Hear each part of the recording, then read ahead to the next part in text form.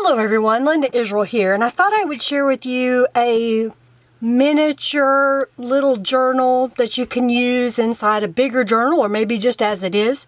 I'm using a Calico Collage image from the journal kit Hallowed Gothic, and normally this would be a page that would be almost 8.5 by 11 in size. But what I did was on my computer, I right-clicked on the image in the file folder and I told it to print, and when it came up the next window, it gives me printing options of how many I want on a page, and I chose the option where I could put 4 onto an 8.5 by 11 sheet of paper. And I just let it be whatever size it printed because of that option. And then I trimmed it out. The next thing I'm going to do is use some walnut stained ink, distress ink, and a blending tool and go around the edge. This just kind of hides that white edge because it was printed on white paper. And then I cut a piece of cardstock that is about 1/4 inch bigger than the image, and this is going to be my cover. So I'm going to use the Scrap Perfect No Clog writing cap and the best glue ever to adhere these. So I'm just going to put a little bit of a bead all the way around the perimeter of the image. Kind of do a zigzag on there. And then place this right in the center. I just press it into place and smooth it out. You can use a bone folder too to press it out. I'm going to take this piece and fold it in half. So that makes my cover. And then I used a mop-up sheet. This is when I spray in my Tattered Angels box. And I found out that the size, I think, was like, I don't even remember the size that this one was.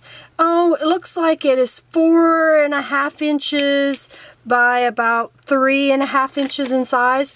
And that is just about 1/4 inch smaller than my cover. That's why I chose that, because I didn't want the pages sticking out. And some of the pieces were a little bit longer, and I thought, well, why not go ahead and utilize those? So I just scored it, and now when I fold it in half, I have a page that will flip out. So when you're opening it up, you can flip this out. So I'll fold all of these. Alright, so I'm going to put one with the fold going that way, no fold, and then the fold going the other direction. So I'm going to line these all up in my cover. And that was just 4 sheets of, or 4 little pieces of paper to go in there. So I'm going to use a small paper clip to hold this together so it doesn't shift on me. I'm going to use my ruler because I did not make a template this time, and basically I'm going to line this up and find the center. So 3.5 inches is how wide the pages are, so probably right about 1 3/4 inch. So I'm going to hold my book up at an angle and poke a hole all the way through the layers, and then about 1/2 inch from the ends I'll poke another hole. And I'll do it on the other side as well. And I'm just using the Tonic Studios Tim Holtz craft pick. It's a great tool, and I like the size of the awl on here. It doesn't make too big of a hole. I have a bookbinder's needle, and I sell these in my shop, but they're 2 for $5 including shipping. So they're a heavier, it's a 4-inch long needle. It's not going to bend on you. And I've got waxed linen thread here. So to make sure you have enough, I'm going to cut a length of 3. So 1, 2, and 3. So 3 times the height of your journal is how long you want your thread to be. We'll thread up that needle. We're going to start in the center inside the journal. And this is a pamphlet stitch. And we're going to go to the outside, and I'm going to grab onto this tail so it doesn't pull all the way through. So the thread's coming out. We're going to go to the top hole and poke it through to the inside and pull it up tight. Hold that tail so it doesn't pull through. And what I found is if I pull this thread to the top, it kind of gets it out of the way so that when I poke my needle back through the same hole, it doesn't split your thread. So if you're using embroidery floss and you're having a problem with it splitting the thread, pull that up out of the way, and that should help prevent it from splitting the threads. I do recommend wax linen though, because it's stronger and it stays put, in my opinion. So we just came from the outside to the bottom. We're back to the inside again. Then we're going to slip our thread under that top one and pull it down.